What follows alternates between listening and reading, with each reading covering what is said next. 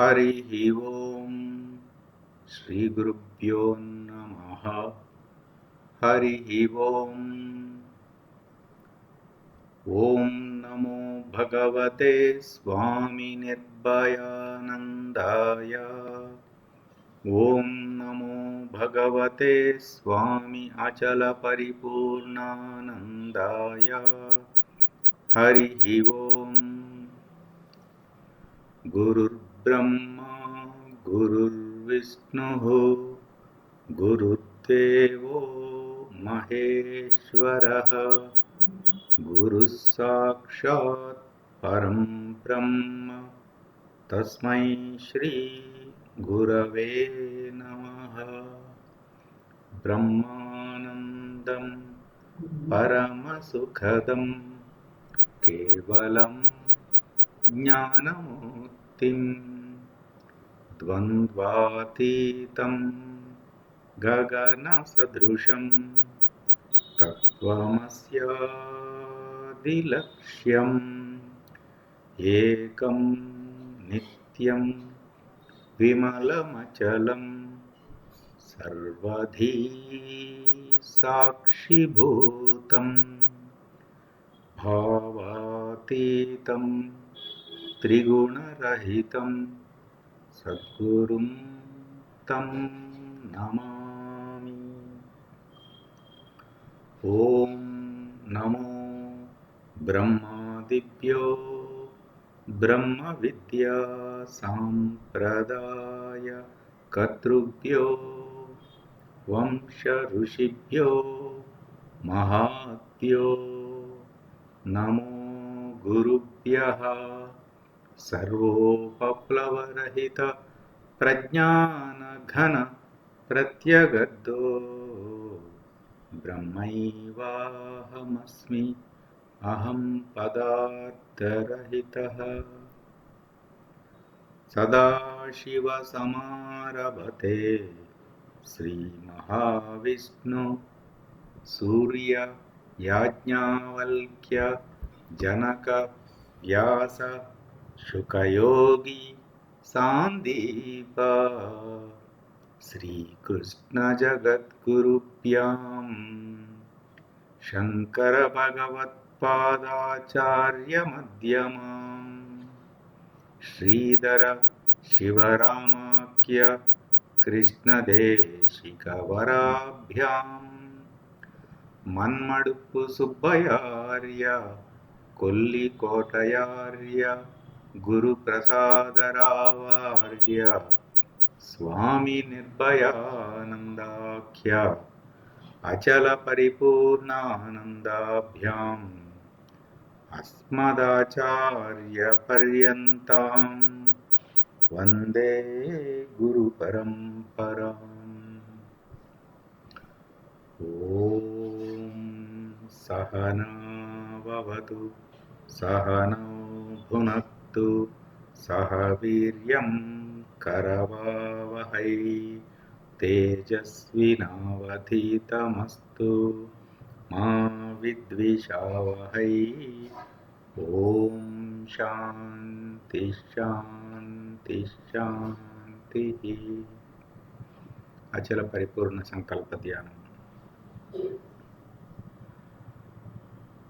पूर्वमेव निरालंबम् आग्नेयं च निर्गुणं तथा दक्षिणे नित्यशुद्धं चैव नैऋत्यो निरुपद्रवम् पश्चिमे निष्कलं चैव वायुवे च निरञ्जनम् उत्तरे च निराकाशो ईशान्यो निर्मलो भवेत् ऊर्ध्वश्च निराकारतः अधश्च निर्विकारतः अन्तर्बहिश्च सर्वत्र अचलोऽयं सनातनः। ॐ निर्भयानन्दाय विद्महे अचल परिपूर्णाय धीमहि తన్నో పరాత్పర ప్రచోదయాత్. ఓం సాయీశ్వరాయ విద్మహే సత్యదేవాయ ధీమహి తన్నః సర్వః ప్రచోదయాత్.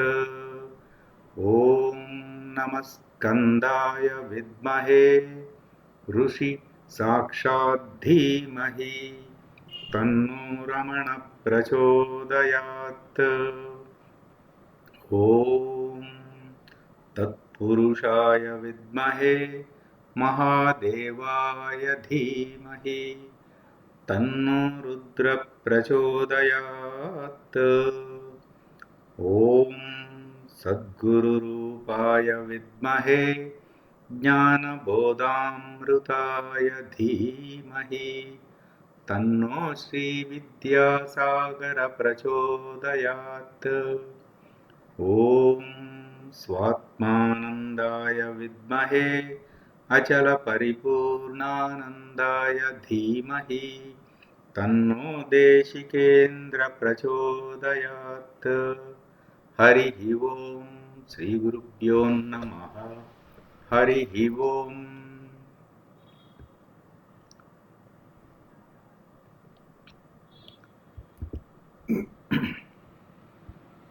సాయిరామ్ అండి.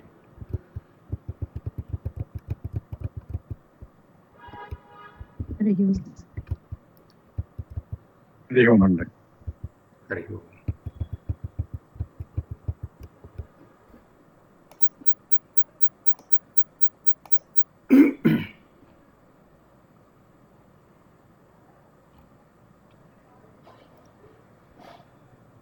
బోధోన్య సాధనేభ్యో హి సాక్షాన్మోక్షైక సాధనం పాకస్య వన్నివజ్ఞానం వినా మోక్షో న సిద్ధ్యతి.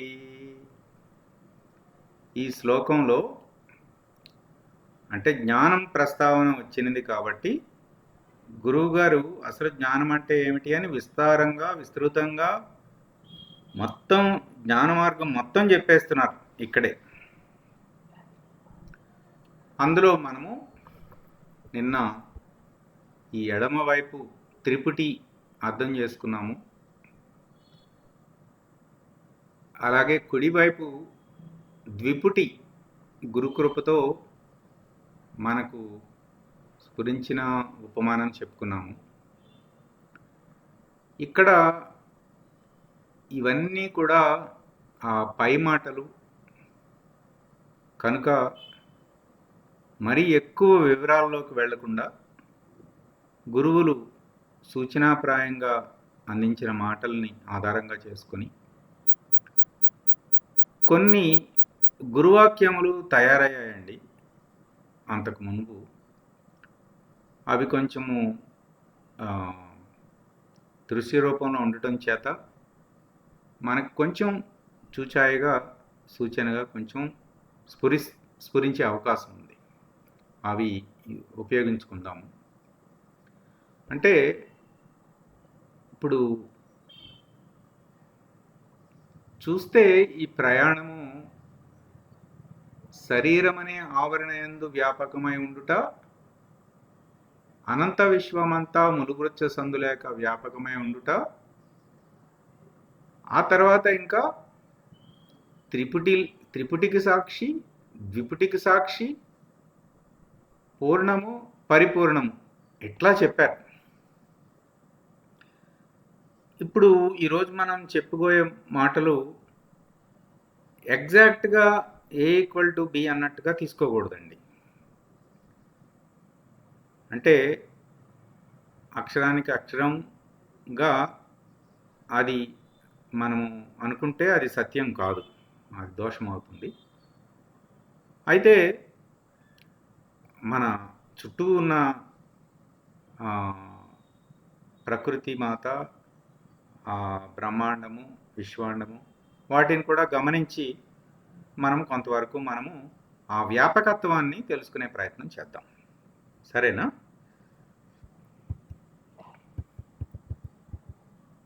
ఏమండి? వినిపిస్తున్నాయా నా మాటలు? వినిపిస్తున్నాయండి. ఇక్కడ చూడండి, ఇక్కడ అంటే ఇది శివగీత చెప్పేటప్పుడు గురువుగారు ఆ, ఇవి చెప్పారన్నమాట ఈ మాటలు. అంటే మన ఆలోచన పరిధి ఎంత విస్తృతంగా ఎంత వ్యాపకంగా ఉండవచ్చో ఇక్కడ చెప్తుంది. ఇక్కడ చూడండి పైన ఈ ఉన్న చిత్రంలో ఇవి ఒక ఆటంలో కూడా క్వార్క్స్ అని ఉంటాయన్నమాట, అణువులు, ఆటమ్స్.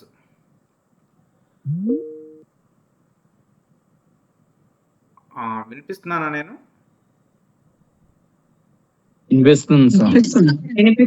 అణువులు, ప్లానెట్స్ అండ్ మూన్స్. అంటే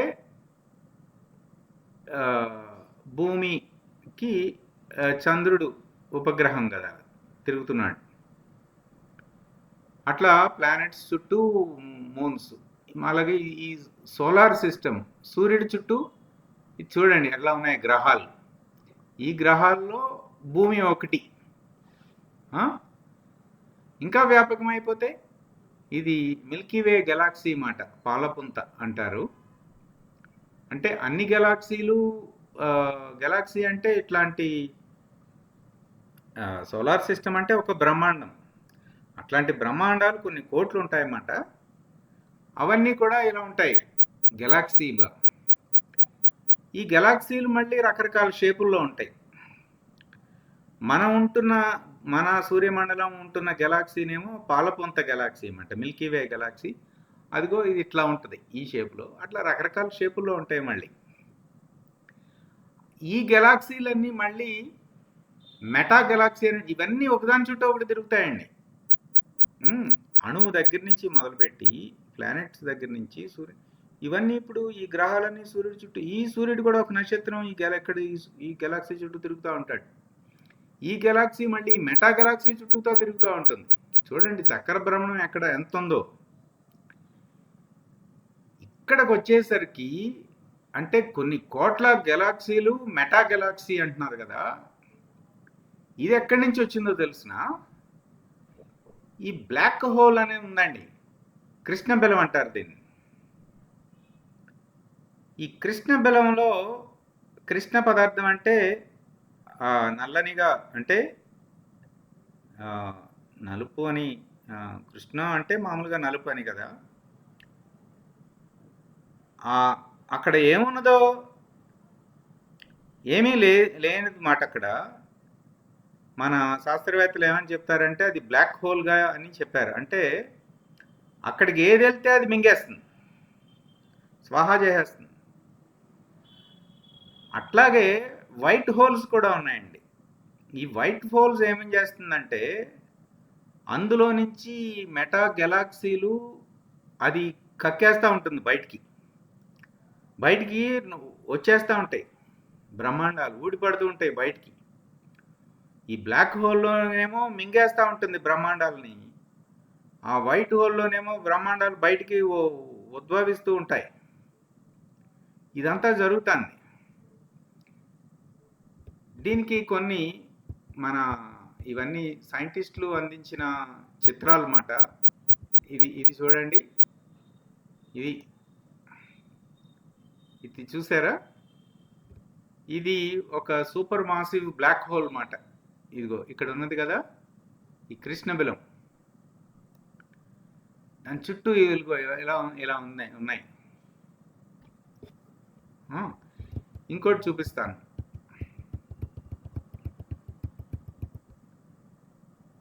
ఇది ఒక సిమ్యులేటెడ్ వ్యూ మాట, simulated view of a black hole. చూడండి ఇలా ఉంది, దాని చుట్టూతా ఇట్లా ఇవన్నీ ఉన్నాయి. ఆ తర్వాత ఇది కూడా చూడండి.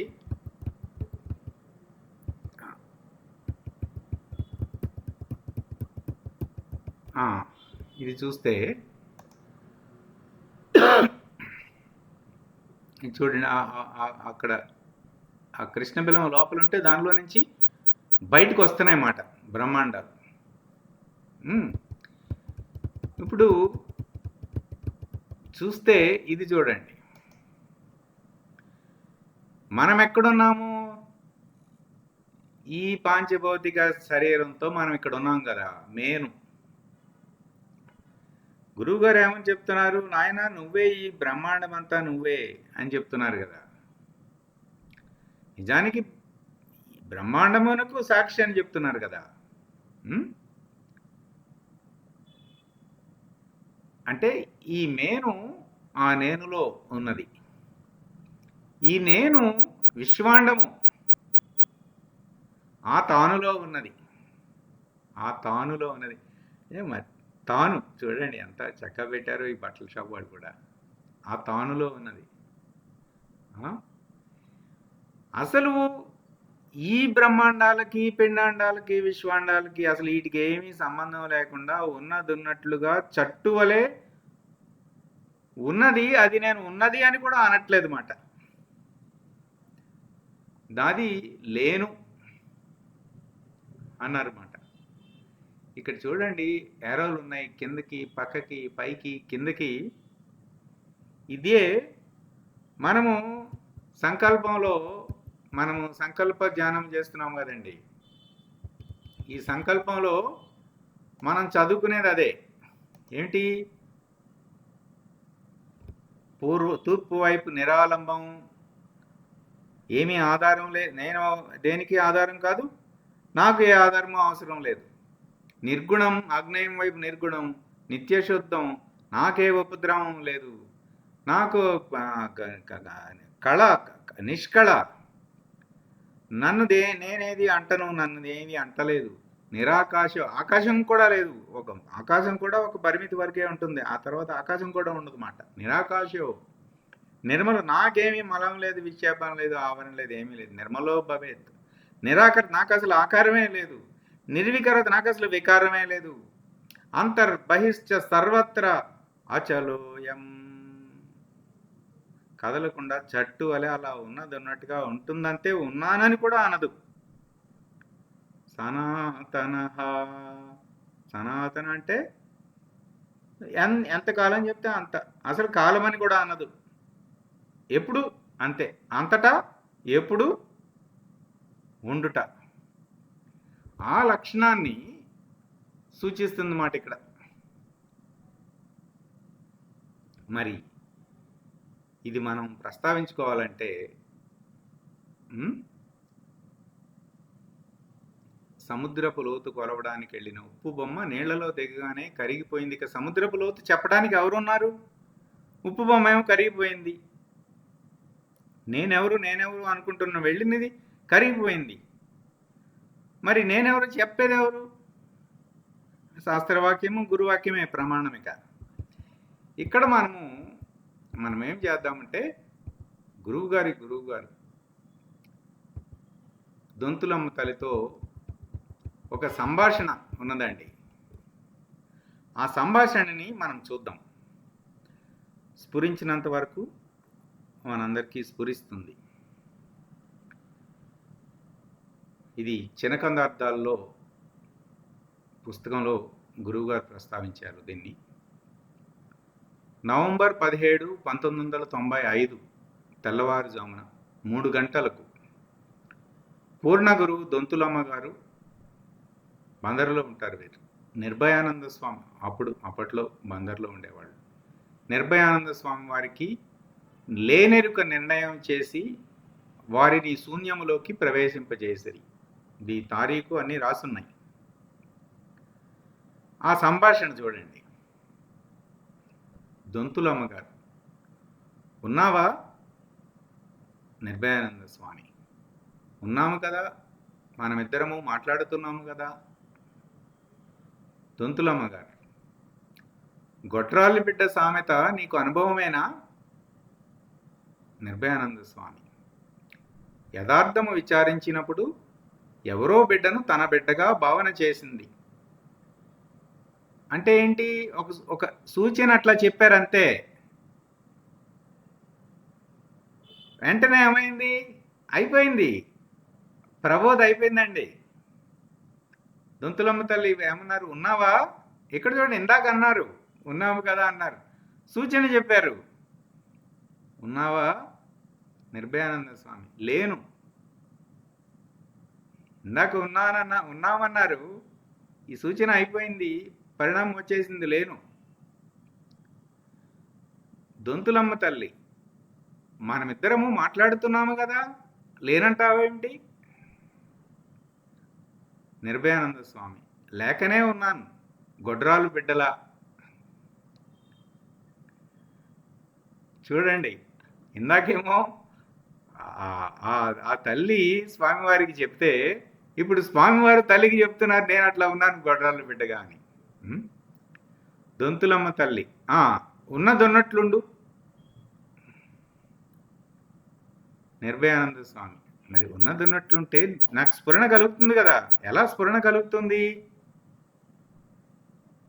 దొంతులమ్మ తల్లి వెంట్రుక వాసి ఎరుక వలన, అంటే కొంచెం ఒక పెసరంత. జానకి రామశాస్త్రి గారండి సన్నని అహం అన్నారు దీన్ని. సన్నని అహం అంటే చెప్పాలి, వ్యక్తపరచాలి. ఎట్లా వ్యక్తపరచాలి? సరే అహం అంటున్నావు కదా, జ్ఞానాహం అంటున్నావు కదా, సన్ననహం, సాక్ష్యాతీతాన్ని సన్నని అహం అని చెప్పారు. చూడండి, దొంతులమ్మ తల్లి గారు వెంట్రుక వాసి ఎరుక వలన. నిర్భయానంద స్వామి ఎంతకాలము? దొంతులమ్మ తల్లి దేహం ఉన్నంత వరకు అంతే. దీని మీద ఎక్కువ మాట్లాడుకోవద్దు ఇక మనం. అక్కడ ఆ కృష్ణ బలం నుండి ఉద్భవించుతున్నాయి బ్రహ్మాండములు, పాలపుంతలు అన్నీ. వచ్చిందంతా సర్వం, ఏదైతే ఉందంటావో అదంతా సర్వం. ఎక్కడి నుంచి వస్తుంది? ఈ శూన్యం నుంచే వస్తుంది. ఇక్కడ ఇప్పుడు మన మైండ్ మ్యాప్లోకి వద్దాం. సర్వం సగుణ సాకారము అంతా ఉన్నది, శూన్యం నిర్గుణ నిరాకారంగా లేనిది. ఏదైనా సగుణ సాకారం అంటావా, అది ఆ సర్వంలో ఉందే. ఏదైనా నిర్గుణ నిరాకారం అంటావా, అది ఆ శూన్యం లేనిదే. అసలు ఈ సర్వము శూన్యము కలిపితే పూర్ణం.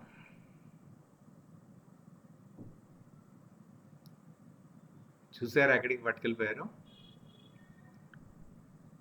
ఇక్కడ అఖండ ఎరుకంటే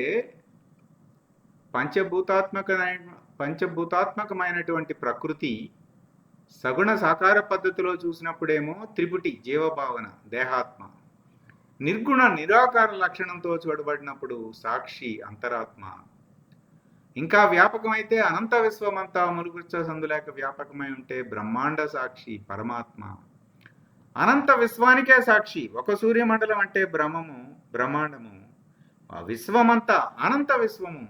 సాక్షి అంటే సర్వాత్మ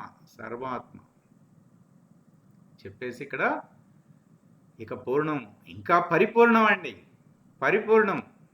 ఇక చూడండి, అంటే ఒక మనిషి మేధస్సు, అసలు ఇవన్నీ కరెక్టో కాదు పక్కన పెట్టండి. ఒక మనిషి మేధస్సు ఎంత లోతుగా, ఎంత విస్తృతంగా, ఎంత వ్యాపకంగా ఆలోచించగలదో చూడండి మన సనాతన ధర్మంలో. ఈ సర్వము శూన్యం అయిపోయింది కదా, ఈ సర్వము కాదు, ఆ శూన్యము కాదు, జ్ఞానాతీతం. ఇప్పుడు వరకు జ్ఞానాతీతం. అసలు లక్షణము నిర్ణయం అంటున్నావు కానీ అసలు లక్షణం లేదు, నిర్ణయం లేదే బాబు, లేదు. ఎట్లా లేదు? అక్కడ పాలపంతల్లో నుంచి కృష్ణబిలం దగ్గర నుంచి చూస్తే ఆ భూమి లేదు కదా, అట్లా లేదు, లెక్కలేదయ్యా అది, ఇది ఏమీ లేదు. దృక్ అనే ఎరుక కూడా ఆ పరాత్పరములో లేదు. సరే, ఇక్కడ ఏమన్నారు? త్రిపుటి అన్నారు, ద్రష్ట దృశ్యము దర్శనం అన్నారు. ఇక్కడేమన్నారు? ఉత్పత్తి లయం మాత్రమే ఉన్నాయి, త్రిపుటి లేదు, ద్విపుటి సాక్షి అన్నారు. ఉట్టి దృక్ స్థితి, దృక్కు అంటే సామర్థ్యం మాత్రమే ఉన్నది, అంతే. ఇక్కడేమన్నారు? ఆ దృక్ అనే ఎరుక కూడా పరము అంటే పరమునకు పరము, పరమునకు పరము, బియాండ్. ఆ దృక్ అనే ఎరుక కూడా లేదు. మనకి ఆవరణ ఏంటండి? ఈ ఉపాధి, ఇది ఆవరణ. అక్కడ ఆవరణ ఏంటి? దృక్కే ఆవరణ. నేను దృక్కు అనుకోవటమే ఆవరణ అక్కడ. అంటే వేదాంతంలో ఒకటి గుర్తుపెట్టుకోవాలండి. మనం పైకి వెళ్ళే కొద్దీ ఆ సాధనా చతుష్టయ సంపత్తి ఉంది. శ్రవణము, మననము, నిధిధ్యాసనం అని. అట్లాగే ఇక్కడ మనం కదలటం అంటే ఏంటి? మనం ధ్యానం చేస్తున్నప్పుడు కొంచెం కదిలితే కదలిక అంటున్నాం. అక్కడ కదలిక అంటే ఏంటి?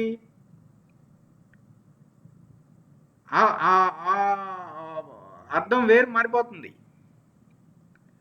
అక్కడ ఆవరణ అంటే వేరు. అక్కడ ఆవరణ అంటే ఏంటి? అసలు దృక్ అనేదే ఆవరణ.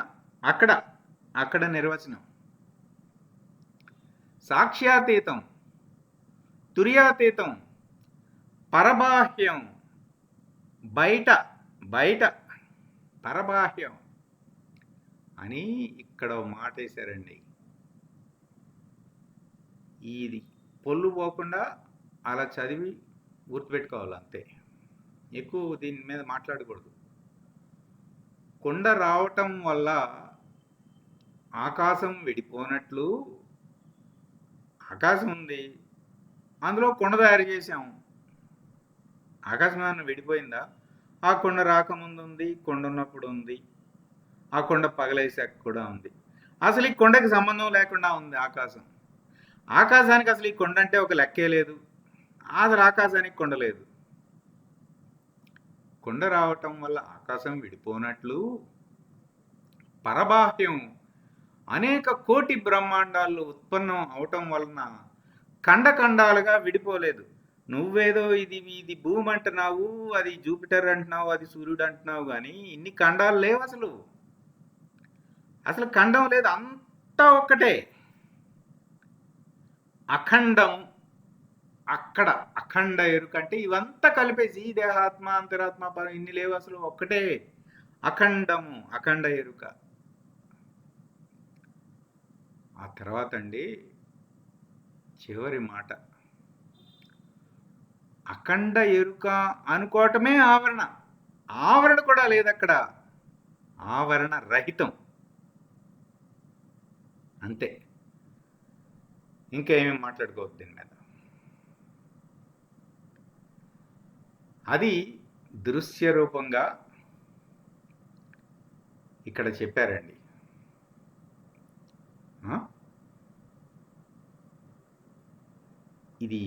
ఇదంతా జరగాలంటే అడుగడుగు కేవలం గురుకృపతోనే జరుగుతుందండి. మనమల్లా మార్జాల కిషోర న్యాయము, మర్కటని కిషోర న్యాయము వలె అన్ని న్యాయములు తేదీ తోచితే అది చేస్తాం. మనం జపం చేస్తాము, పుస్తకాలు చదువుతాము, ఉపవాసాలు చేస్తాము, అర్చనలు చేస్తాము, ధ్యానం చేస్తాము, ఏది వీలైతే అన్నీ చేస్తూ ఉంటాం. ఆ గురువుని కదిలిస్తుంది, జరగవలసింది జరిపిస్తుంది. క్రమంగా బోధ, అవబోధ స్ఫురించటమాట. అవబోధ అంటే ప్రబోధ మౌనములో. అప్పుడు త్రిపుటితో తన్మయత్వం చెందక స్వరూప లక్షణాలు గుర్తించి త్రిపుటి రహితమైతే జీవన్ముక్తి, ఆపై ద్విపుటి రహితమైతే జన్మరాహిత్యం. ఇట్లా చెప్పారండి. ఇక్కడ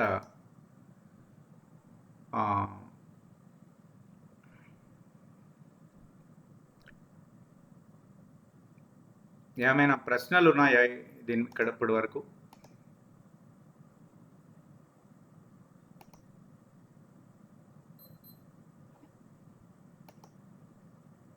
ఏమండి?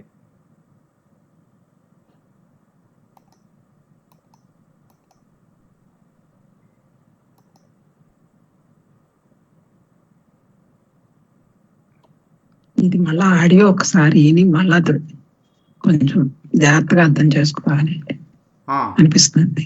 పర్వాలేదు, నిదానంగా చూసుకుంటూ ఉంటే గనక మనకి సరిపోతుందండి.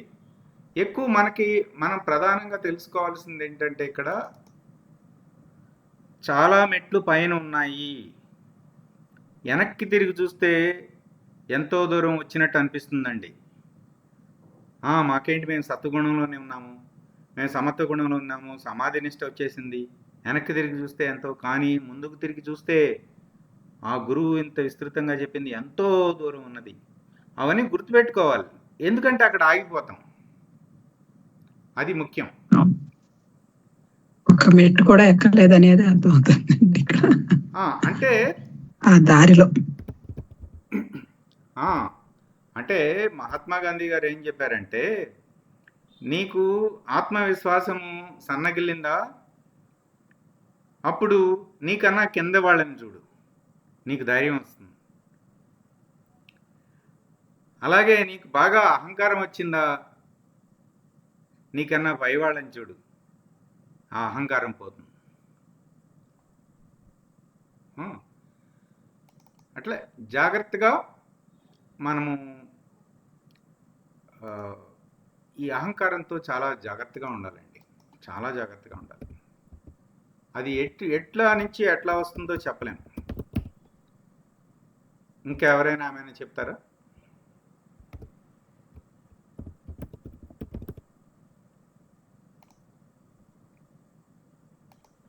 ఏమండి?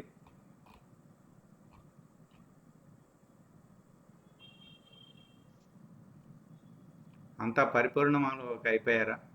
మౌనంలోకి వెళ్ళిపోయారా? లేదండి, మీరు చెప్పింది చాలా పాయింట్ ఎంతగా పట్టుకుందంటే, అహంకారం అంటే ఉన్న చోట ఉండనివ్వకుండా అది కిందికైనా లాగేస్తుంది, పైకైనా తోసేస్తుంది.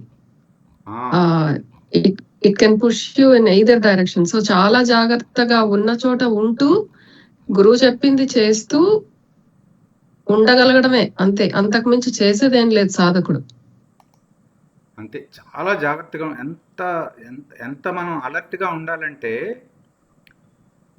ఇప్పుడు మనము విషపురుగు ఒళ్ళో పడింది అనుకోండి, గబాలన ఒక త్రుళ్ళింతతో వెంటనే పడేస్తాం కదా. అది అంటే లోపల పని చేస్తూ ఉంటుంది. ఇప్పుడు ఏమన్నా కొద్దిగా మెలికలు తిరిగిన తాడులాగా ఏదన్నా ఉందనుకోండి, గబుక్కుని కొంచెం అదురొస్తుంది, ముందు అదురొస్తుంది, ఆ తర్వాత అది పాము కాదు. అంటే అలర్ట్గా ఉండే సిస్టమ్ మన లోపల ఉన్నది. నేను చెప్పేది ఏంటంటే, మనలో ఎక్కడైనా అహం కొంచెం తల ఎత్తబోతూ ఉన్నప్పుడు, అమ్మో ఇదేంటి, ఇది వచ్చింది ఇప్పుడు నా మీదకి, ఆగు నువ్వు, అక్కడ నువ్వు ఆగు, నువ్వేంటి అని దానికి చెప్పాలి, గుర్తించాలి. అని ఎట్లాగైతే పాముని విదిలించి వేసేస్తామో అట్లా ఈ అహంకారం కానివ్వండి, ఇవన్నీ ఉన్నాయి కదా, వికారాలన్నీ, షడ్వికారాలు కానీ, ఏవైనా గుణాలు కానీ, తమో గుణం కానీ, రజోగుణం, ఏవైనా ఇంద్రియ విషయాలు కానీ ఏవైనా వచ్చినప్పుడు బాగా అలర్ట్గా ఉండాలండి.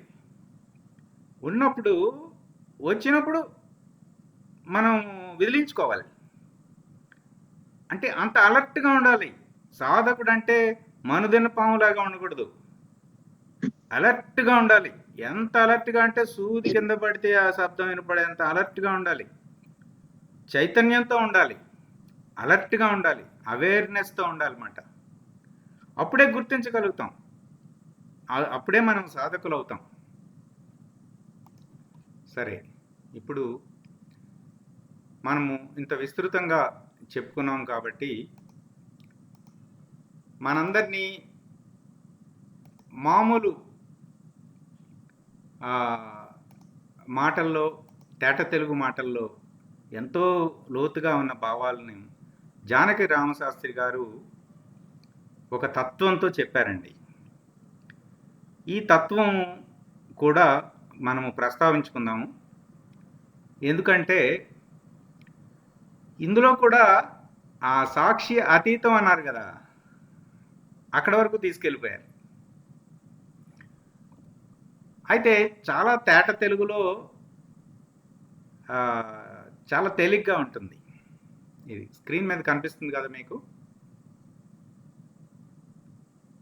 అక్షరాలు కనిపిస్తున్నాయా? కనిపిస్తున్నాయి స్వామి. ఇది ఇది నేను గ్రూప్లో పంపిస్తాను. జానకిరామ శాస్త్రి గారు 14 తత్వాలు ఉన్నాయి, ఇది 14వది. అసంగోహం అసంగోహం అసంగోహం పునః పునః. అంటే మనం చేయాల్సిన సాధనంతా ఏంటి? సంగత్వ దోషము నివారించటమే. ఎక్కడెక్కడెక్కడైనా సంగత్వం వచ్చేస్తుంది అన్నమాట. అయితే పంచకోశాలతోనూ, శరీరత్రయంతోనూ, దేహత్రయాలతోనూ, ఆ త్రిపుటితోనూ ఎక్కడికక్కడ సంగత్వం వచ్చేస్తూ ఉంటుంది. అసంగత్వమే మన మంత్రం అన్నమాట. నాహంకర్త అసంగత్వం. ఎట్లా ఉండాలి? అసంగత్వంగా ఉండాలి, సాక్షిగా ఉండాలి, కలపకూడదు. రోడ్డు మీద ఉన్నామండి, బస్సులో నుంచి చూస్తున్నాము, వీడు వాడిని ఒకటి వేసాడు, వాడు వీడిని ఒకటి వేసాడు, మన మీద ఏం ముద్ర పడలేదు, అట్లా ఉన్నాం అంతే. కానీ చాలా అలర్ట్గా గమనిస్తున్నాం. అదే ఆ ఇద్దరిలో మనకు తెలిసిన వాళ్ళు ఉంటే, మన కుటుంబ సభ్యులు ఉంటే అప్పుడు కూడా ఉండగలమా? సంగత్వ దోషం వచ్చేట్లా అప్పుడు అట్లా సాక్షి సాక్షి సాధన అంటే సాక్షి సాధనేనండి. ఆ సాక్షి సాధనని ఎంత విస్తృతంగా జానకిరామ శాస్త్రి గారు చెప్పారో చూడండి. కోటి జీవులు, కోటి వస్తువులు, కోటి ఘటనలు, కోటి భ్రమలు, కలయందున వలె కదలుచుండగా కదలకుండగా కాంచు సాక్షి అసంగోహం. ఒక కళలో జరిగినట్టుగా అవన్నీ జరుగుతున్నాయి నా ముందు, ఆ జీవులు, వస్తువులు, ఘటనలు, భ్రమలు. అవి కదులుతున్నాయి, వస్తున్నాయి, ఉంటున్నాయి, పోతున్నాయి. అవి కదులుతున్నాయి, నేను కదలకుండా చూస్తూ ఉన్నాను. ఆ తర్వాత ఇంకా సూక్ష్మంగా వెళ్ళారండి. కోటి ఊహలు, కోటి చింతలు, కోటి ఇంద్రియ జ్ఞానములు, చిత్తమందున చెలగి అణగుచు శూన్యమగుటను చూచు సాక్షి. ఏ ఊహలు వస్తున్నాయి, చింతలు వస్తున్నాయి, ఆ ఇంద్రియ జ్ఞానంలో కోటి కోటి ఇంద్రియ జ్ఞానములు ఆ చిత్తమంది చెలగి అణుగుచు శూన్యమగుటను చూచు సాక్షి అసంగోహం. మన మంత్రం ఏంటి? అసంగోహమే మన మంత్రం. నేను సంగత్వం చెందను, నేను దాంతో కలిసిపోను, దాంతో అంటుకోను, నేను అంటబడను. తర్వాత ఇక్కడ ఫలితం ఇవన్నీ జరిగితే ఏమొస్తుంది? కోటి బాధలు, కోటి సుఖములు, కోటి కోటి వికారములు, ఎన్ని వచ్చినా ఎన్ని పోయినా ఏమి మారక ఎరుగు సాక్షి అసంగోహం. బాధలు వస్తున్నాయి, సుఖాలు వస్తున్నాయి, వికారాలు వస్తున్నాయి. అవి ఎన్నొచ్చినా నేనేమి మార్గం ఎరుగుతున్నాను, అవన్నీ ఎరుగుతున్నాను. నేను చాలా అలర్ట్గా, చాలా సూక్ష్మంగా అన్నీ ప్రతి ఒక్కటి గమనిస్తున్నాను, ఎక్కడ ఇది మిస్ అవ్వట్లేదు. కానీ అంటుకోవట్లేదు, సాక్షిగా ఉంటున్నాను, నేనుగా ఉంటున్నాను. ఇక అయిపోయిందండి. కాలం దగ్గరికి తీసుకెళ్తున్నారు ఇప్పుడు మనని, కాలము దగ్గరికి. కాలాతీతం కూడా ఉందండి ఇందులో, చూడండి జాగ్రత్తగా. క్షణము క్షణము గడచిపోవచ్చు, కాలం కూడా వస్తుంది పోతున్నట్టండి. క్షణము క్షణము గడచిపోవచ్చు, గతమునందున కలియుచుండగా కాలమొక సంకల్పమాత్రమై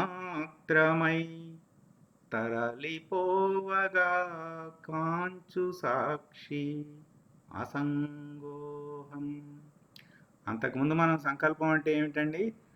కొబ్బరికాయ వంకాయ అనుకున్నాం కదా. ఇక్కడేమిటి? కాలమే సంకల్పం. కాలం అసలు ఎక్కడుంది? ఒక సంకల్పం కాలం అనుకుంటే కదా కాలం. అదొక సంకల్పం మాత్రమే, తరలిపోతుందంట. క్షణం వస్తుంది, క్షణం పోతుంది, కాలం వస్తుంది. అది కాలం ఒక సంకల్పం మాత్రమే. చూడండి, కాలాన్ని దాటించే మాట చెప్తున్నారు. చెప్పి ఇక్కడ చూడండి ఎంత చమత్కారంగా వేశారంటే, సకల భావనల సాక్షిగా చూచుచు సాక్షి భావనకును సాక్షిగా యగుచు సాక్షిని నేనను సన్నని అహమిక సమసిన ఉండెడి సాక్ష్యతీతం. సాక్షిగా ఉంటున్నాను, సాక్షిగా ఉంటున్నాను, సాక్షిగా ఉంటున్నాను అన్న సాక్షి భావన ఉంది కదా. ఆ సాక్షి భావనకు కూడా సాక్షిగా అగుచు సాక్షిని నేను అని ఒక సన్నటి అహం, ఒక వెంట్రుకు వాయిస్ అంతా అహం ఉందంటండి, సన్నటి అహం అన్నారు. అది కూడా సమసిపోతే, అది కూడా పోతే ఏముంటుంది? సాక్షి అతీతము. సాక్షి అతీతం అంటే అది ఏముంటుందో చెప్పడానికి కుదరదు, ఇక అతీతం అంతే. అసంగోహం అసంగోహం అసంగోహం పునః పునః. ఇదండి మనం చేయాల్సిన సాధన. ఎంత చక్కగా ఇట్లా మనము జాగ్రత్తగా మనము విషయంగా అర్థం చేసుకోవటం అంతా లక్షణం అన్నమాట. అప్పుడు మనం పట్టుకోవాల్సింది బాగా సాధన చేసి, బాగా ప్రార్థన చేసి, గురుకృపతో మనము ఆ నిర్ణయం పొందాలి.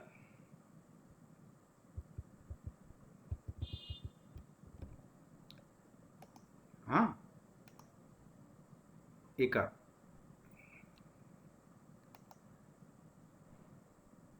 ఇక్కడ చూడండి, ఇందాక మనం చెప్పుకున్నాం,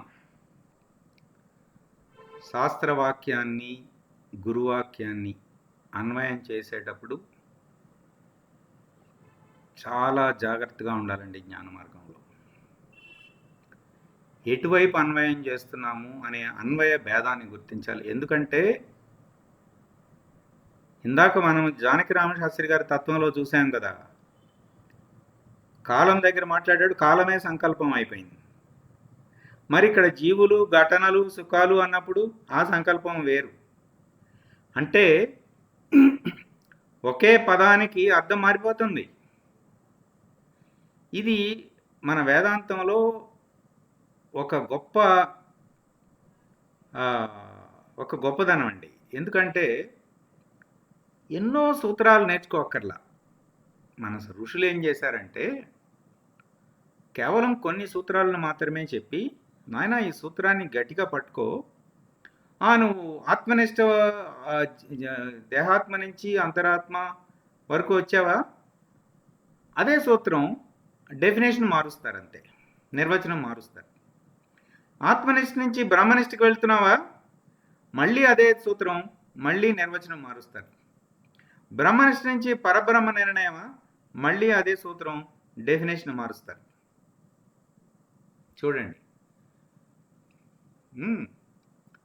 శాస్త్రవాక్యానికి గురువాక్యానికి ఐహికమైనటువంటి లక్ష్యార్థాన్ని స్వీకరిస్తే ఒక అన్వయంతో, పారమార్థికమైన లక్ష్యాన్ని స్వీకరిస్తే ఒక అన్వయంతో, ముక్తి అనే అతీత లక్షణంలో ఒక విధంగా, మోక్షం అనే రహిత పద్ధతిగా జీవిస్తే వేరే విధంగా అన్వయం ఉంటుంది. ఈ అన్వయ భేదాన్ని మనం స్పష్టంగా గుర్తించాలి. ఎందుకంటే గురువుగారి బోధలు అన్నీ యూట్యూబ్లో ఉన్నాయి. వారు ఆశ్రయించిన వారిని బట్టి వారి వంక చూసి ఆ సమయానికి చెప్తారు, మనం అన్వయించుకోవాలి. అంతేగాని చెప్పిన మాట అదేంటి అక్కడ అలా చెప్పారు, ఇక్కడ ఎలా చెప్పారు అలా అనుకోకూడదు. అక్కడ ఒక మర్మం ఉంటుంది. వేదాంతం ఏం చేసిందంటే కొత్త సిద్ధాంతాలను, కొత్త సూత్రాలను ప్రతిపాదించదు. సాంఖ్య తారక అమానస్కములు ఇదొక పద్ధతి, ఒక సూత్రం. పంచ వివేకములు ఒక సూత్రం. సాధనా చతుష్టయ ఒక సూత్రం. శ్రవణ మనన నిధిధ్యాసలు ఒక సూత్రం. ఇవే సూత్రాలు. కానీ అన్వయ భేదం ఉంటుంది. ఇది తేలిక కదా ఎన్నో నేర్చుకునే బదులు. ఎందుకంటే గురువుగారు ఇవన్నీ చెప్తారు, నాయన నువ్వు చక్కగా ముందుకు వెళ్ళని చెప్పేసి విజయవాడలో హైదరాబాద్ బస్ ఎక్కిచ్చేస్తారు. మధ్యలో ఆల్రెడీ చెప్పేశారు, మధ్యలో సూర్యాపేట గోదావరి వస్తుంది, నువ్వు దిగమాకను. అక్కడ ఏమవుతుందో ముందే చెప్పేశారు, పంపించేశారు. అక్కడికక్కడ ఆ గురువులు, ఆ శరీర గురువులు వాళ్ళందరూ మనని చక్కగా దాటిస్తారన్నమాట, ఏ స్థాయికి ఆ స్థాయికి. అట్లా చెప్పారు గురువుగారు. తద్వారా వ్యష్టి లేనిదని, సమిష్టి ఉన్నదని, వ్యష్టి సాక్షి సమిష్టి సాక్షి ఉన్నాడని, వ్యష్టి సాక్షి సమిష్టి సాక్షి ఏకమని, ఇట్లా ఒక్కొక్క మెట్టు ఎక్కిస్తూ పోతాడు. ఎక్కిస్తూ పోతే ఏమైంది? ఆ దృష్టితో జీవిస్తాడు. ఇక అంటే దృష్టి మారుతుంది. ఈ సాధన అంతా చేసేటప్పటికీ దృష్టి మారిపోతుంది. ఇక అప్పుడు చివరికి వచ్చాక ఏం చెప్తాడంటే, ఇదంతా ఎరుకే కదా. మనకి గురు తరుణం సాగర తరుణం అని, గురువు అడుగుజాడల్లో సాగర తరుణం అని మన స్వామివారు బోర్డు రాసి పెద్దస్వామి గారి దగ్గరికి తీసుకెళ్తే పెద్దస్వామి గారు అన్నారట, ఆ పద్యాలన్నీ చూసి ఎంతో విస్తృతంగా రాసినవి, ఇదంతా ఎరుకే కదా అన్నారట. చూడండి ఏ స్థాయిలో ఉన్నారు. ఇదంతా ఎరుకే కదా, ఇదంతా జ్ఞానం కదా, మరి పరబయల్లో ఇవన్నీ లేవు కదా అని వారికి చెప్పారు. అప్పుడు ఏమైపోయారు? తనకు తానే లేనివాడైపోయారు. ఇలా ఒకే సూత్రం మీద తీసుకెళ్ళటం సులభం కాదు. ఇట్లా అన్వయభేదంతో వాడతారన్నమాట. ఏ సాధన చేసినా అధ్యయనం చేసి అన్వయ భేదాన్ని తెలుసుకుని సరైనటువంటి మార్గదర్శనంతో సాధన చేయాలి. లేదంటే ఏమవుతుందంటేనండి, బోడిగుండుకిను తలకాయకి ఒకటే అనిపిస్తుంది. అక్కడ వెంట్రుకలు లేవు, ఇక్కడ వెంట్రుకలు లేవు, రెండు ఒకటే. ఎట్లా అవుతుంది? అన్వయ భేదాన్ని దృష్టించకపోతే ఇట్లాంటి ప్రమాదం ఉంది. అందుకని ఇక్కడ జాగ్రత్తగా ఈ మాట వేశారండి. ఇక తర్వాత మనము త్రిశక్తుల గురించి మనము ఇంతకుముందు ప్రస్తావించుకున్నాము. ఈ 2 శ్లోకాల్లో చాలా చెప్పారని మొదటే చెప్పుకున్నాం. ఇక్కడ ఇది చూడండి,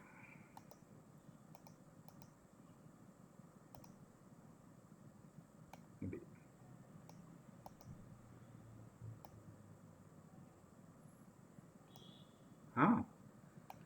జ్ఞానశక్తి, ఈశ్వరానుగ్రహం.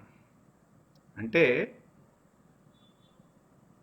ఇక్కడ ఒక విల్లుని పెట్టి అన్ని శక్తులు వాడాలి మనం. ఏ శక్తి వాడతామంటే అన్నీ వాడాలి.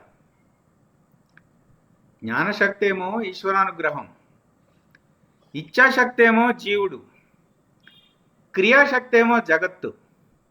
అంటే మనకి ప్రశ్న వస్తుందన్నమాట, ఏమండి మీరు ఇన్ని చెప్తున్నారు కదా, అంతా గురువే అంటున్నారు కదా, అసలు ఈ ప్రయత్నం కూడా నేను ఎందుకండి చేయటం?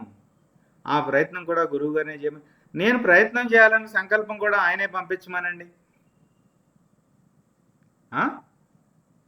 దానికి చెప్తున్నారు ఇచ్ఛాశక్తి, ఆ సంకల్పం ఉంది కదా, అది జీవుడు చేయాలి. మోక్షమే నా ప్రయారిటీ 1 అని అనుకోవాల్సింది మనమే. స్వాధ్యాయం ఎవరి పుస్తకం వాళ్ళు చదువుకోవాలనుకున్నాం కదా, మన పుస్తకం మనమే చదువుకోవాలి. క్రియాశక్తి, ఈ జగత్తు ఉన్నది కదా, ఈ ప్రపంచము, ఆ ప్రకృతి మాత మనకి ఏ పాఠం, ఏ రోజు ఏ పాఠం చెప్పాలో మనమేదో చెప్పుకుంటున్నాం 8:30కి. ప్రకృతి మాత చక్కగా చెప్తుంది మనకి. ప్రతి క్షణం, ఏ క్షణానికి ఆ క్షణం ప్రకృతి మాత ఒక మనిషిని పంపిస్తుంది, ఒక సందర్భం సృష్టిస్తుంది, ఒక మాట మాట్లాడింపు చేస్తుంది. అది అయిపోయిందా? అయిపోయింది, అక్కడితో ఆ పరిణామం అయిపోతుంది. ఇది ఎట్లాగంటే, నేను ఒక ఉపమానాన్ని చెప్తానండి.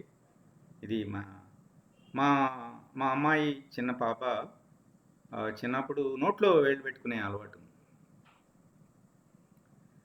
నోట్లో వేలు పెట్టుకుంటే మళ్ళీ ఎత్తుపళ్ళు వస్తాయి, అది అలవాటైపోతుంది, హైజీనిక్గా కూడా ఆరోగ్యకరంగా మంచిది కాదు అని మానేయటానికి వాళ్ళ అమ్మ పాపం చెప్పింది, తీసే అని వినట్లేదు, ఆయన నోట్లో వేలు పెట్టుకుంటాను. ఇట్లాగని వాళ్ళ అమ్మ ఏం చేసింది, కుంకుడుకాయల రసాన్ని ఒక గుడ్డలో ముంచేసి ఆ గుడ్డతో వేళ్ళన్నీ కట్టేసింది. చేదుగా ఉంటుంది కదా, మొదట పెట్టుకుంది, ఆ కుంకుడుకాయల రసంతోనే ఆ వేళ్ళు పెట్టుకుంది. చేదుగా ఉంది కదా, ఒక 2-3 రోజుల్లో, వారం రోజుల్లో అలవాటు పోయింది. పోయాక ఏం చేసింది మాతృమూర్తి, ఆ గుడ్డలు తీసేసింది, ఆ కుంకుడుకాయ తీసేసింది. అంటే ప్రకృతి మాత కూడా ఇలాగే పనిచేస్తుంది. ఒకసారి పాఠం వచ్చేసింది కదా, పాఠం నేర్చుకున్నాం, ఇక మళ్ళీ ఆ పాఠం చెప్పదు, అది తర్వాత క్లాస్. ఇక అంటే మనం గమనించుకోవాలి ఏం జరుగుతుంది మన చుట్టూ, మన స్పందన మాట్లాడుకోగలగాలన్నమాట. అప్పుడు మనకు తెలిసిపోతుంది, ఎందుకు ఇవాళ ఇలా ఆఫీస్లో ఇలా జరిగింది, కొంచెము అహంకారం వచ్చింది నాకు, ఆ జగన్మాత ఒక మొట్టికాయ వేసింది. అది మనం చూసుకుంటూ ఉండాలన్నమాట. అప్పుడు ఎప్పుడైతే మనం చూసుకున్నామో, అమ్మా మనం క్షమించు, పొరపాటు అయిపోయింది, అనవసరంగా నిష్కారణంగా ఏదో మాట అనేసాను, పొరపాటు అయింది, ఇంకెప్పుడు అలా చేయను అన్నప్పుడు మళ్ళీ ఆ పరిస్థితి జగన్మాత మన ముందు పెట్టదు, ఎందుకంటే ఆ పాఠం నేర్చేసుకున్నాంగా. ఇప్పుడు చెరుకు మెషిన్, చెరుకు రసం తీసే మెషిన్లో చేయి పెట్టి, చేయి పోతేనే మెషిన్లో చేయి పెట్టకూడదని తెలుసుకోవాలా? విచారణ చేసి తెలుసుకోవచ్చు కదా. అట్లా జ్ఞాన మార్గంలో అంతా ఏంటంటే మనము కర్మ వరకు వెళ్ళిపోము,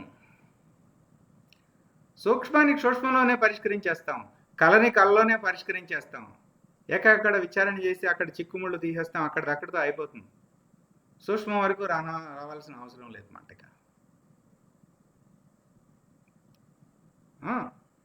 ఇట్లా జాగ్రత్తగా చూడండి, జగత్తుని ఉపయోగించుకోవాలి మనం.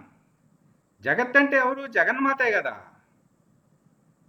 ఇక్కడ ఎవరు? అయ్యవారు జ్ఞానశక్తి, అమ్మవారు జగత్తు, వారిద్దరూ మనకు ఉపయోగపడటానికే అక్కడ ఉన్నారు. వారి సహాయం తీసుకుని మనం సంకల్ప బలంతో స్వరూప జ్ఞానం వరకు లక్ష్యం పెట్టగా, ఇప్పుడు చూడండి, ఈ ధనస్సు, ఈ బాణం ఈ లక్ష్యాన్ని ఎలా చేరింది? దీని వల్ల చేరిందా? ఈ వింటి నారి వల్ల చేరిందా? ఈ బాణం వల్ల చేరిందా? చెప్పండి, దేని వల్ల చేరింది? ఏమండి? మూడింటి వల్ల. అట్లాగే ఉంటుంది. ఆ తర్వాత తెలుస్తుంది, నాయన ఇన్ని మీరు మన పంచబ్రహ్మ నివృత్తి అని ఉన్నాయి కదా, అసలు జగజ్జీవేశ్వర్లు ఒకటేరా బాబు, 3 కాదు. అంటే 3 రకాలుగా పనిచేస్తున్నాయి. ఇప్పుడు తల్లి ఇంట్లో వంట చేసేస్తుంది, స్కూల్కి వెళ్ళి టీచర్ అవుతుంది, లేదంటే హాస్పిటల్కి వెళ్ళి డాక్టర్ అవుతుంది. అట్లా ఒకే ఒక గురుసత్తా ఈశ్వరునిగా పనిచేస్తుంది, అదే గురుసత్తా జగన్మాతగా పనిచేస్తుంది, అదే గురుసత్తా మన హృదయంలో ఉండి ఇచ్ఛాశక్తిని ప్రేరేపిస్తుంది.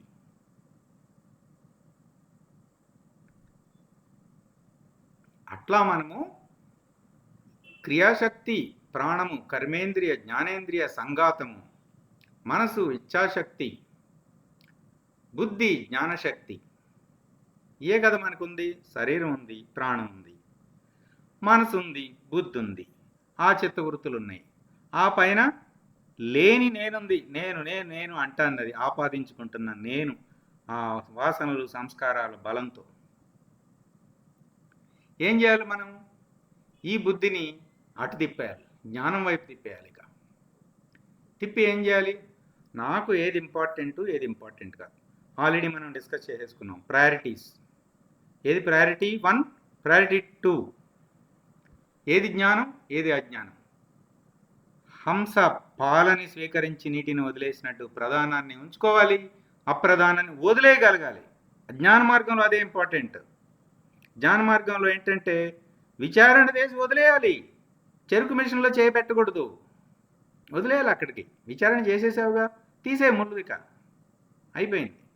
ఇంకో ముళ్ళు పట్టుకో. జ్ఞానం అంటే పెద్ద ముళ్ళు మాట. పెద్ద ముళ్ళుతో ఒక ముళ్ళు తీసే పారే, మళ్ళీ ఆ ముళ్ళు పెట్టుకో, మాకు మళ్ళీ పట్టుకుంటుంది అది. మనసు సుఖ దుఃఖాలలో ఉన్న ఇష్టము అయిష్టము, ఇష్టమైనప్పుడు అది కష్టమైనా సుఖమైపోతుంది, అయిష్టమైనప్పుడు సుఖమైనా దుఃఖమైపోతుంది. ఇది మనందరము మన జీవితాల్లో చూస్తూనే ఉన్నాం కదండి. చూడట్లేదా మనము? తల్లి ఇప్పుడు ఎక్కడో హాస్టల్కో వెళ్తుంటే వాళ్ళ అమ్మ కూర్చుని ఏవేవో తయారు చేస్తూ ఉంటుంది, నిద్ర కూడా పోకుండా. ఎందుకు అంత కష్టపడతా ఉంటే ఇష్టంగానే చేస్తుంది, అదే సంతోషం. ఏవేవో పట్టుకు వెళ్ళి అందించాలని. ఇష్టమైనప్పుడు అది కష్టమైన, అది సుఖమైపోతుంది. అంటే నా నా నా ఆ భావన మాట. అయిష్టమైనప్పుడు సుఖమైన దుఃఖమైపోతుంది, ఇష్టం లేనప్పుడు. అప్పుడు మనం ఏం చేయాలి? ఆ ఇష్టము కాదు, ఈ అయిష్టము కాదు, సమత్వంలోకి తీసుకురావాలి. అంటే గడియారం పెండ్యులంలో మధ్యలోకి చేరిపోవాలి మనం. అటు కాదు ఇటు కాదు, అటు కాదు ఇటు కాదు, మధ్యలో సమత్వంలోకి తేగలిగితే, స్వరూప జ్ఞానం లక్ష్యం దిశగా మనసుని పనిచేయించగలిగితే అప్పుడు అది ఇష్టాలను వదిలేస్తుంది. మనం మొదటి క్లాసుల్లోనే చెప్పుకున్నాం, మనం ఏదైతే వాడమో అది మనం వదిలేస్తుంది. If you don't use, we will lose it. వాడకపోతే పోతుంది, ఊడిపోతుంది అది. ఆ ఇష్టాలను వదిలేస్తుంది. ప్రాణము కర్మేంద్రియ జ్ఞానేంద్రియ సుఖ దుఃఖాలు, బాహ్యేంద్రియాలను అంతర్ముఖం చేయాలి. ఇదంతా సాధన అండి. ఇది మనం చేయాల్సిన సాధన అంతా చెప్పేశారు. చూడండి, ఈ శ్లోకంలో జ్ఞానం అంటే ఏమిటి చెప్పారు, మొత్తం మ్యాప్ చెప్పారు, మనం చేయాల్సిన సాధన చెప్పారు. జీవుని యొక్క ఇచ్ఛాశక్తిని అనుసరించి క్రియాశక్తి రూపంలో ఉన్న జగత్తు వినియోగపడుతూ ఉంటుంది. బాగా గుర్తుపెట్టుకోవాలంటే అభయవాక్యం ఇది. ఎందుకు అభయవాక్యం? మన ఇచ్ఛాశక్తిని అనుసరించి జగన్మాత మనకి ఉపయోగపడుతూ ఉంటుందటండి. ఇదే మనకి భక్తి యోగంలో కృష్ణ పరమాత్మ చెప్పాడు కదా, నన్ను ఆశ్రయించిన వాడు ఎన్నటికీ నష్టపోడు, నేను ప్రమాణం చేసి చెప్తున్నాను, వాడు ఎన్నటికీ నష్టపోదు, వాడిన సంగతి నేను చూసుకుంటానని చెప్పాడు కదా, అభయం.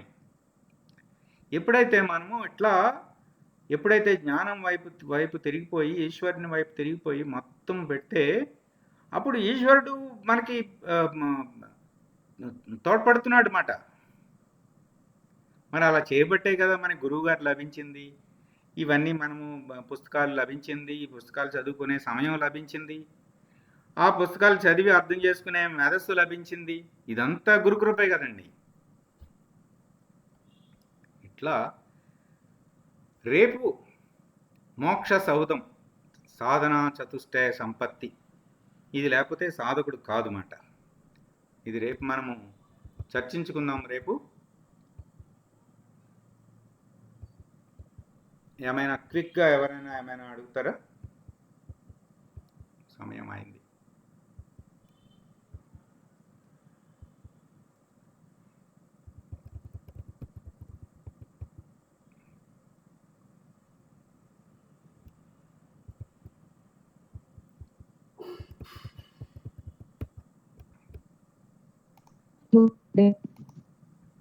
సరే, పూర్ణమంత్రం.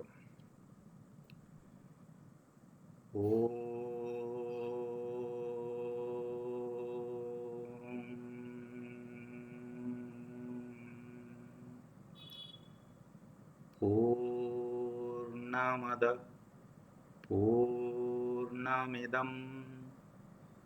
పూర్ణాత్ పూర్ణముదచ్యతే పూర్ణస్య పూర్ణమాదాయ పూర్ణమేవావశిష్యతే.